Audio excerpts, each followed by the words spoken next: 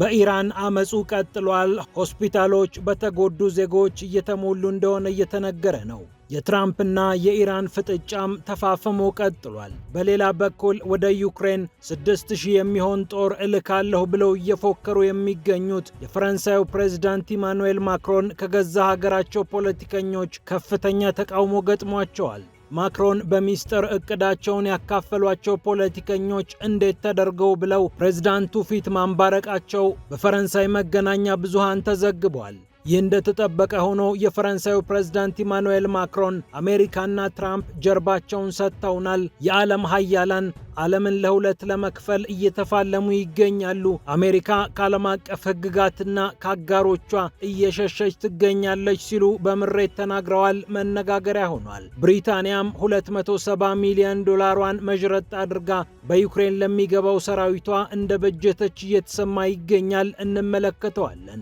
ከብሪታንያ ጉዳይ ሳንወጣ በአነጋጋሪዋ ሶማሌላንድ የብሪታንያ መንግስት ኢንቨስት ያደረገው ገንዘብ የብዙዎች አይን አርፎበታል። የአፍሪካ ቀንድን ሙቀት ከፍ ያደረገችው ሶማሌላንድ በእስራኤል ዕውቅና ከተሰጣት በኋላ የብሪታንያ መንግስት በሶማሌላንድ ወደብ ያለው ኢንቨስትመንት ጉዳይ ብዙ የብሪታንያ የፓርላማ አባላትን እያከራከረ እንደሚገኝ ተሰምቷል። ከተባበሩት አረብ ኤምሬትስ ጋር በድብቅ እየሰራ ነው የተባለው የብሪታንያ መንግስት ከተለያዩ አቅጣጫዎች ጫና እየደረሰበት ይገኛል። በአደባባይ የሶማሊያን ግዛት አንድነት እናከብራለን ያለው የለንደኑ መንግስት በቀኝ እጁ የሰጠውን መግለጫ በግራ እጁ በበርበራ ወደብ ላይ ኢንቨስት በማድረግ የተቃረነ መንገድ ሄዷል የሚል ስሞታም ቀርቦበታል። ፒያሳ ኔትወርክን ስትከታተሉ ሁሉንም በጥልቀት ታገኛላችሁ። ፒያሳ ኔትወርክን ሰብስክራይብ፣ ላይክ እና ሼር በማድረግ የፈጣን የተአማኒና የጥልቅ ዘገባዎች ቤተሰብ ሁኑ ስንል በአክብሮት ጋብዘናል። አሁን ወደ ጉዳዮቻችን አለፍን።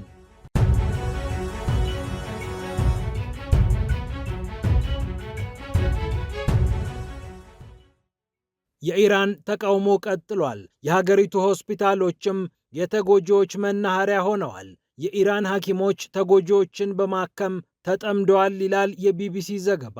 የአያቶላህና የትራምፕ ምልልስ በቀጠለበት የኢራን ተቃውሞ በተፋፋመበት በዚህ ሰዓት የቴህራን ዕጣ ፋንታ ምንድነው የሚለው ጉዳይ ዓለም አይኖቹን አፍጥጦ እየተመለከተ ያለው ጉዳይ ሆኗል።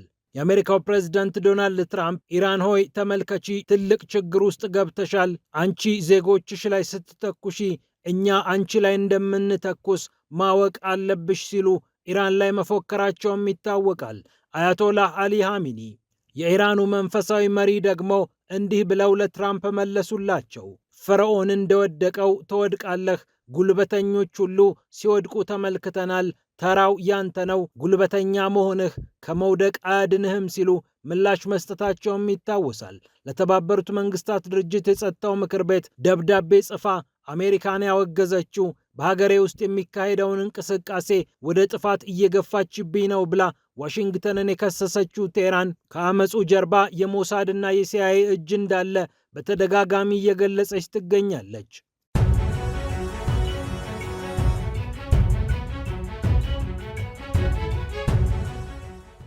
በሌላ በኩል የፈረንሳዩ ፕሬዝዳንት ኢማኑኤል ማክሮን ወደ ዩክሬን እልከዋለሁ ባሉት ሰራዊት ጉዳይ እየተወገዙ ይገኛሉ። የፈረንሳይ ተቃዋሚ ፖለቲከኞችም እንዴት ተደርጎ ብለዋል።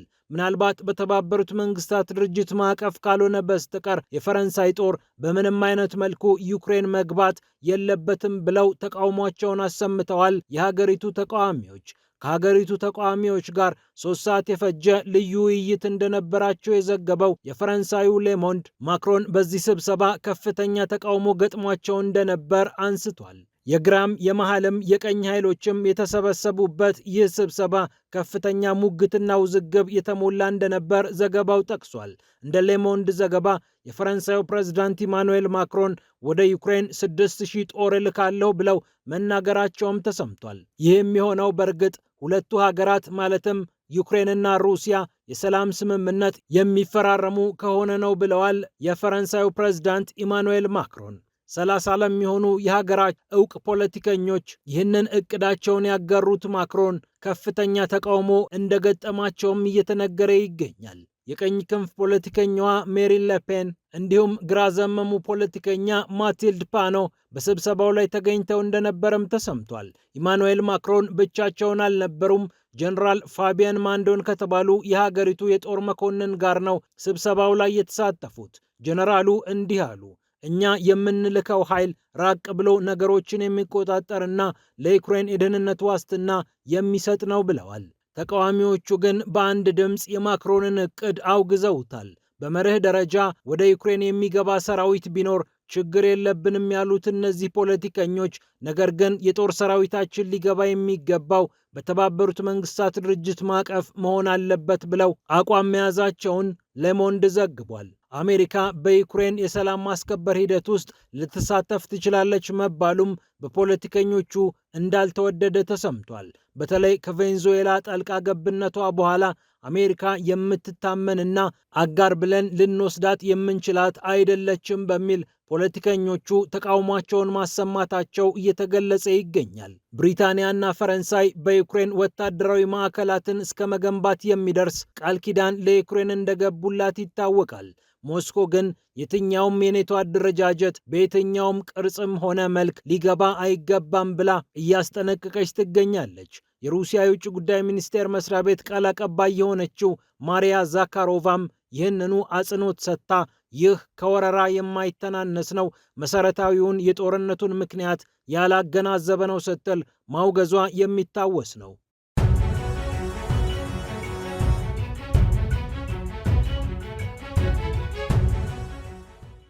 ይህ እንዳለ ሆኖ ብሪታንያም 270 ሚሊዮን ዶላሯን ሆጭ አድርጋ በዩክሬን ለሚገባው ሰራዊቷ በጀት እንደያዘች እየተገለጸ ይገኛል። የብሪታንያ የመከላከያ ሚኒስትር የሆኑት ጆን ሃሊ ይህንኑ ጉዳይ አረጋግጠዋል። የብሪታንያ ጦር የሰላም ስምምነት ተፈርሞ የብሪታንያ ጦር ወደ ዩክሬን የሚገባ ከሆነ 270 ሚሊዮን ዶላር መድበናል ብለው ነው የተናገሩት። እኒህ ባለስልጣን ብሪታንያ ለዩክሬን 1000 የሚሆኑ ኦክቶፐስ የሚባሉ ድሮኖችን፣ አየር ላይ መጥለፍ የሚችሉ ጸረ ድሮኖችን በየካቲት ወር አምርታ ለዩክሬን እንደምታስረክብም የዩክሬኑ የመከላከያ ሚኒስትር ዴኒስ ሽሚጋል ገልጸዋል። አውሮፓ ወደ ዩክሬን ጦር እናስገባ አናስገባ በሚለው ጉዳይ ላይ እስካሁን ወጥ አቋም መያዝ ሳይችል ቀርቶ ተከፋፍሏል። ትልልቆቹ ጀርመንና ጣሊያን እንዴት ተደርጎ ነው ወደ ዩክሬን ጦራችንን የምንልከው ብለው ሐሳቡን ካጣጣሉ ቆይተዋል።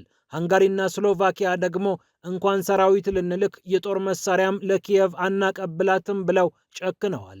አብዛኞቹ የአውሮፓ ሀገራት የቱንም ያህል የጦር መሳሪያ ለዩክሬን ቢሰጧትም ጦር ሰራዊታቸውን ወደ ዩክሬን ማስገባት እንደማይፈልጉ ተሰምቷል። እንደ ፖላንድ አይነት ሀገራት ደግሞ የአየር መከላከያ ስርዓቶቻችንን አናንቀሳቀስም ብለው ለዩክሬን የሚያደርጉትን ድጋፍ ሊገድቡ እንደሚችሉ እያስጠነቀቁ ይገኛሉ።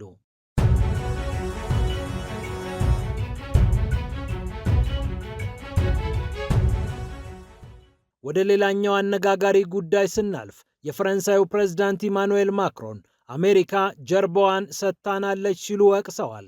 አሜሪካ ለአጋሮቿና ለዓለም አቀፍ ሕግጋት ጀርባዋን ሰጥታለች፣ ገሸሽ እያደረገችን ትገኛለች ብለዋል። ሀያላን ዓለምን ዳግም ለመክፈል እየተራኮቱ ነው ያሉት የፈረንሳዩ ፕሬዝዳንት አሜሪካ በገዛ እጇ ከጻፈቻቸው ሕጎች ወደ ኋላ እያለች ትገኛለች፣ አጋሮቿንም እየሸሸች ነው ብለዋል።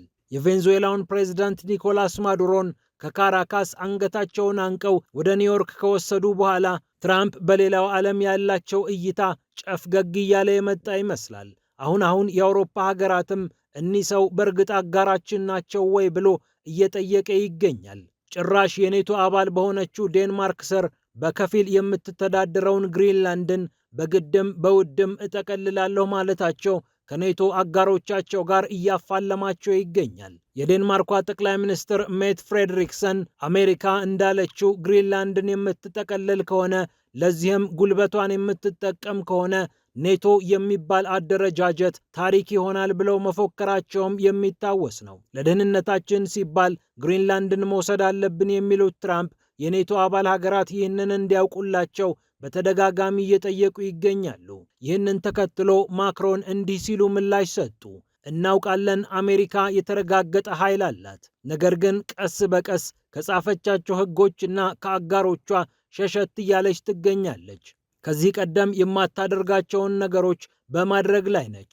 በንግዱም በወታደራዊና በደህንነት መስኩም ቀስ እያለች ያልተለመዱ አካሄዶችን በመሄድ ላይ ትገኛለች በማለት የከሰሱት የፈረንሳዩ ፕሬዝዳንት አውሮፓ ከፍተኛ አደጋ ውስጥ መግባቷን አልሸሸጉም።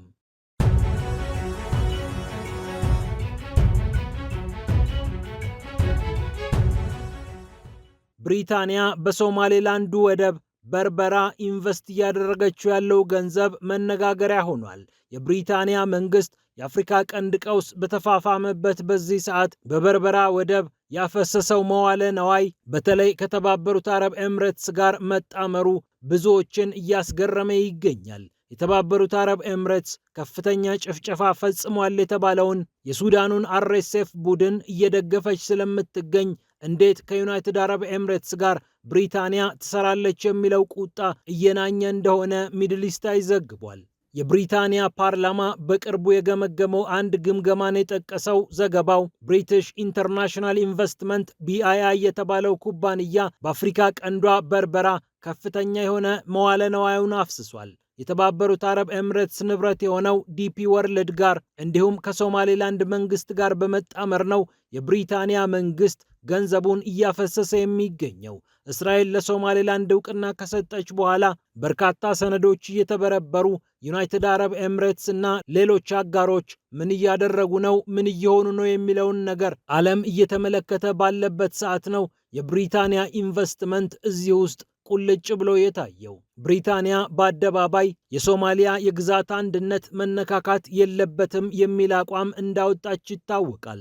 ቀደም ብላ ለሶማሌላንድ እውቅና መስጠት ትፈልግ ነበር። ነገር ግን ሌሎች ሳያደርጉት እኔ ያላደርገውም ብላ ተወችው ተብላ ሲነገርባት የቆየችው ብሪታንያ አሁን ደግሞ የሶማሊያን የግዛት አንድነት በተመለከተ እንደ ሌሎቹ ሀገራት ነው አቋሜ ማለቷ ብዙዎችን ግራ ሲያጋባ ቆይቷል። በብሪታንያ ቅኝ የተገዛችው ሶማሌላንድ ከብሪታንያ ጋር ያላት ትስስር ጠበቅ ያለ እንደነበር ይታወቃል። የሀገሪቱን የደህንነትና የወታደራዊ አወቃቀር ጭምር ጽፋ አሰልጥናለች የምትባለዋ ለንደን ለሶማሌላንድ ጀርባዋን እንደማትሰጥ ሲነገር ቆይቷል። ነገር ግን በእጅ አዙር በሶማሌላንዱ በርበራ ወደብ ኢንቨስት የምታደርገው ገንዘብ ዞሮ ዞሮ እንደ ድጋፍ እየተቆጠረላት ይገኛል። ከሞቃዲሾ ጎን የሆኑት ሁሉ ብሪታንያ በዚህ ወደብ ላይ ኢንቨስት ያደረገችው በቀጣይ ለዚያች ግዛት እውቅና ልትሰጥ ስላሰበች ነው በሚል እየተጠራጠሩም ይገኛሉ። ፒያሳ ኔትወርክን ስትከታተሉ ስለቆያችሁ ክብረት ይስጥልን ብለናል።